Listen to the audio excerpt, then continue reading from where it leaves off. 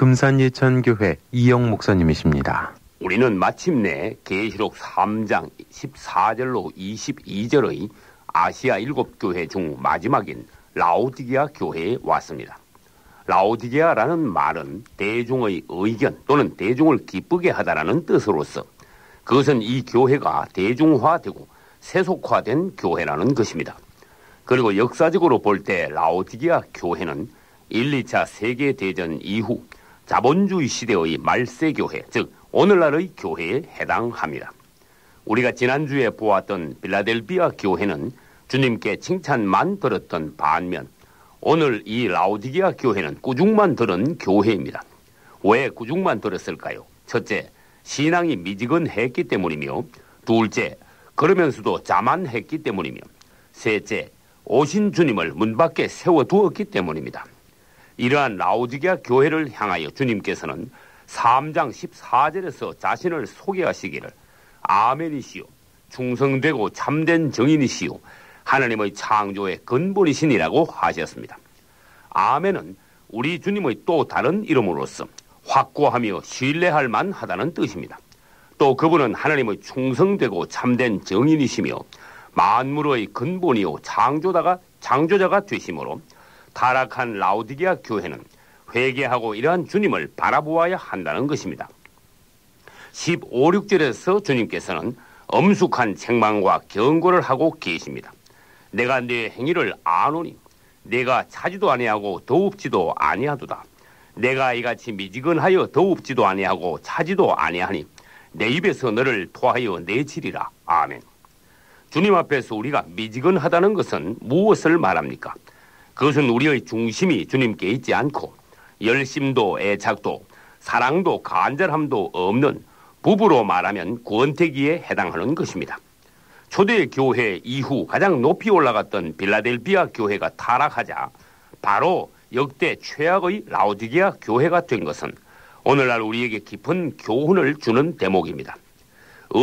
음식도 뜨겁거나 찬 것은 변하지 않지만 미지근한 것은 금방 상하게 되듯이 우리의 신앙도 열심히 떨어지고 미지근하게 될 때 타락하기 쉬운 것입니다.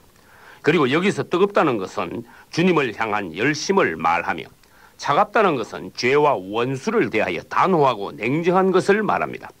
제가 보기에는 오늘날 너무나 많은 그리스도인들이 미지근한 상태에서 앉아있거나 누워있거나 잠자고 있습니다. 만물의 마지막이 가까웠으니 너희는 정신을 차리고 근신하여 기도하라. 아멘. 역대로 수많은 그리스도인들이 주님을 향하여 절대적이었고 생명을 쏟아 뜨겁게 그분을 섬겨왔습니다. 그러나 오늘날 이 시대는 라오디게아 교회 시대로서 전체적으로 잠자고 미지근한 상황이 되었습니다.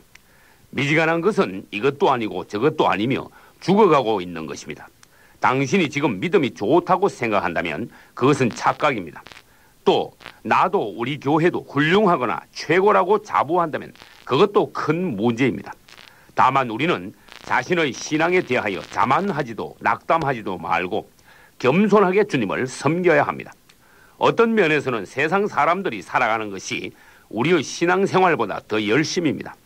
만약 불신자들이 사업을 하는데 미지근하다면 어떤 사업이 성공할 수 있겠습니까? 당시 라오디게아의 시가지를 관통하는 시냇물이 있었는데 상류에서 온천물이 흘러내려와 미지근하게 된 그 물을 마시는 사람들은 모두 토해버렸다고 합니다. 이처럼 우리의 신앙도 식어 미지근하게 될 때 주님께서는 그것을 역겨워하시고 결국 토하여 내쳐버린다는 것입니다. 그런데도 라오디게아 교인들은 실로 큰 착각에 빠졌습니다. 3장 17절을 보겠습니다. 네가 말하기를 나는 부자라 부유하여 부족한 것이 없다 하나 내 곤고한 것과 가련한 것과 가난한 것과 눈먼 것과 벌거벗은 것을 알지 못하도다. 아멘. 자신의 참된 상황을 알지 못하는 라오디게아 교인들은 부끄럽게도 자신의 부유함을 자랑했습니다. 여러분은 지금 이 시대가 라오디게아 교회 시대라는 것을 알고 말씀을 들어야 합니다. 라오디게아 교회가 스스로 자신의 부유를 자랑한 것은 자신을 높인 교만입니다. 그들은 교회의 거대한 외형과 수적 부흥과 많은 사업과 활동을 과시하며 만족하고 있지만 그들의 눈과 주님의 안목은 얼마나 판이한지요. 자본주의가 가져온 물질의 풍요는 교회까지 부유하게 만들었고 결과적으로 그것은 교회의 축복이 아니라 오히려 하락의 원인이 되었던 것입니다. 등 따시고 배부르면 누구나 나태해지기 쉬운 것이 사람의 본성입니다. 그러면 주님께서 보시기에 라오디게아 교회의 실상은 어떠할까요? 첫째, 라오디게아 교회는 곤고한 상태라고 하셨습니다. 그것은 영적으로 약하고 눌려서 죽을 지경이 된 것을 말합니다. 오늘날 성도들의 상태가 대체로 이러합니다. 그것은 마치 겉보기에는 잘 차려입었으나 속에는 중병이 걸려있는 사람과 같은 것입니다. 둘째로, 그들의 모습은 가련하다고 하셨는데 그것은 보기에도 비참하여 불쌍한 상태라는 것입니다. 과연 기독교 역사상 오늘날처럼 가련한 때가 없다는 것이 주님의 안목이십니다. 사람은 외모를 보거니와 나 여호와는 중심을 보느니라. 아멘. 셋째로, 라오디게아 교회는 가난하다고 하셨습니다. 그들은 물질적으로 부자라고 자랑했지만 주님께서는 그들이 영 안에서 헐벗어 전혀 남에게 줄 것이 없다고 하신 것입니다. 결국 라오디게아 교회는 초대 교회와 정반대가 되고 말았습니다. 사도행전 3장에서 베드로는 성전 앞에서 구걸하는 안전뱅이를 보고 금과 은은 내게 없거니와 내게 있는 것으로 내게 주노니 곧 나사렛 예수 그리스도 이름으로 걸어라 하면서 그를 잡아 일으켜 고쳤습니다. 그러나 오늘날 교회는 금과 은은 많이 가졌지만 예수의 이름으로 사람들을 일으켜 살려줄 사랑과 능력은 턱없이 부족한 것입니다. 오 주님, 살찐 교회와 부유한 교인들을 불쌍히 여겨 주소서. 아멘. 넷째로, 라오디게아 교회는 눈먼 소경이라고 하셨습니다. 개는 땅만 보고 다닙니다. 성도는 세상 것만 보아서는 안 되며 할례받은 눈을 가져야 합니다. 주님께서 우리에게 원하시는 것은 교리적인 지식이 아니라 영적인 안목인 것입니다. 다섯째로, 라오디게아 교회는 벌거벗었다고 하셨습니다. 자칭 부자라고 하는 자들이 왜 벌거벗고 있을까요? 성경에서 옷이란 우리의 죄와 허물을 덮어주시는 그리스도를 상징하면서 한편으로는 우리의 의롭고 깨끗한 행실을 나타냅니다. 라오디게아 교회는 주님 앞에 전혀 의로운 행실을 보여드리지 못했으며 오히려 부자라고 자만하면서 참 의복이신 그리스도를 벗어버렸던 것입니다. 오직 주 예수 그리스도로 옷 입고 정욕을 위하여 육신의 일을 도모하지 말라. 그러므로 우리가 어두움의 일을 벗고 빛의 갑옷을 입자. 아멘. 그분은 아담과 하와에게 입혀주신 양가죽 옷이며 우리의 제사장 복장이시며 또 우리를 덮어주시는 덮개이십니다. 이제 3장 18절로 20절에서 주님께서는 사랑으로 구원면하십니다. 그분은 우리를 사랑하심으로 책망도 하시고 징계도 하신다고 하시면서 우리는 지금 주님께로 가서 금과 흰옷과 안약을 사라고 하셨습니다. 여기서 금은 하나님의 신성을 상징하는 한편 우리의 금 같은 믿음을 나타내기도 합니다. 당신이 그분께로 간다면 그분은 당신 안에 금 같은 하나님의 성분과 믿음으로 채워주실 것입니다. 그리고 흰옷은 우리의 깨끗한 행실과 하나님의 사람의 자격을 나타내는 것입니다.